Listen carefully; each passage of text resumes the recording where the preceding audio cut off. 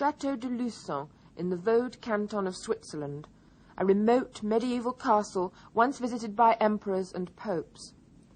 For some years now it's been the home of an Englishman, Adrian Conan Doyle, son of Sir Arthur Conan Doyle, the creator of Sherlock Holmes and the world's best-selling author of all time after the Bible and Shakespeare.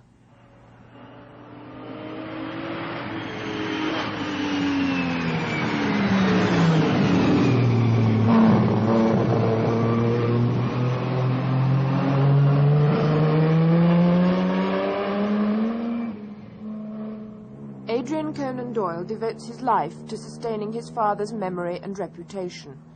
At the Chateau's Conan Doyle Foundation, he has created the famous Sherlock Holmes room.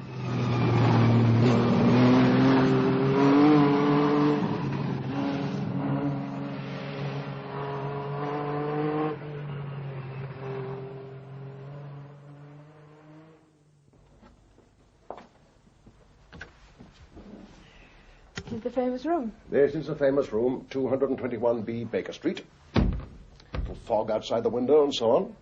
Now, the most important thing about this room is that everything is genuine. The tobacco, the whiskey, everything is about 1890. I should have to speak to Mrs. Hudson about this. 1890, and it's more difficult to find tobacco of that period than to find Leonardo da Vinci today. And all England helped us find these things.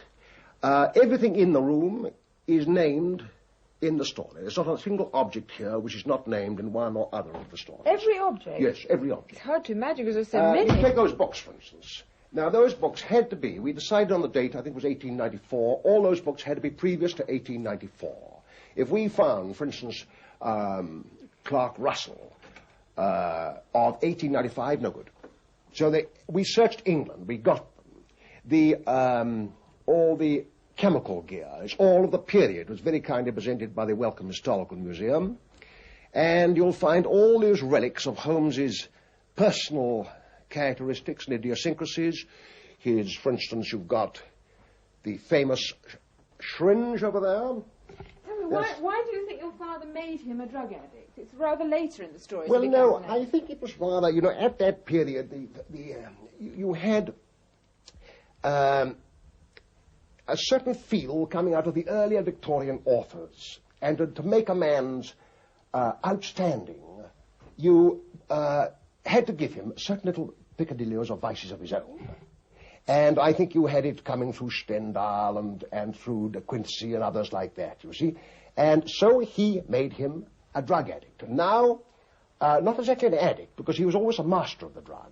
Holmes was always a master of cocaine. Never was cocaine a master of Holmes. But now the medical profession have come to the conclusion that he was never a drug addict at all. That he did it to annoy Watson. He pretended to. He pretended. There was only water. Oh, what a shame. No, I'm with you. I agree. I think he was a cocaine taker, but he was never an addict. He was always the master. What are the letters pinned? Now you remember Holmes had a habit of skewering his unanswered correspondence to the mantelpiece with a jackknife, and there it is, all unanswered. There's his cigars, of course, in the coal scuttle, his tobacco in the Persian slipper, all these sticks, of course, connected either with the Hound of the Baskervilles or with the poisoned belt, other famous cases. Those are some of his chemical formulae. Those are all contemporary? Oh, yes. Everything here is contemporary. Every single thing. And even these books contain, the famous indexes actually do contain reports on crime cases. We have a violin of the period. Unfortunately, it's not a Strad. But, what's this? Oh, chemicals. That is, yes, a contemporary book on chemicals. That's right. The microscope of the period, of course, low-power microscope. These are blood samples. Obviously, Holmes has been taking some experiments on blood. His boxing gloves. He's a great boxer, you remember. And then over here, you have other famous relics. By the way, I'm very sorry that they're both not here to greet you. They're out, but you see they were called away in the middle of their tea. Those are rather nice, these little lead balls here. They were actually taken out of the body of a murdered man. They're 2 bullets. Scotland Yard, they kindly gave them to Holmes. It's part of the myth, isn't it, to pretend that Watson and Holmes are still alive. Do you play along with that? There's no myth.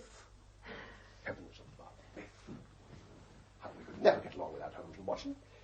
Here's a gasogene, the famous gathogene. And that's where Watson used to keep the brandy. I think it was in there. Because it might have been in here. I think it was in here because a cork comes out more easily. He was always rushing, you remember, to give clients brandy on the slightest provocation. I love the bullets in the wall. Ah, the VR, Victoria Regina.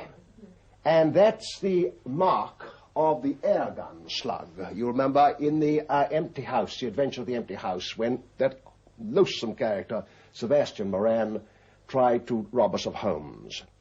But it went through the shadow of Holmes's head, was really a plaster bust, and ended there. You're playing along very much with the myth of Sherlock Holmes, but in fact your father rather resented the fact that his reputation depended on Holmes rather than the rest of his writing, didn't he? Well, reputation, no. I wouldn't put it that way. I would say that he was fond of Holmes. The idea that he disliked Holmes is absolute nonsense. But he took the view, and I entirely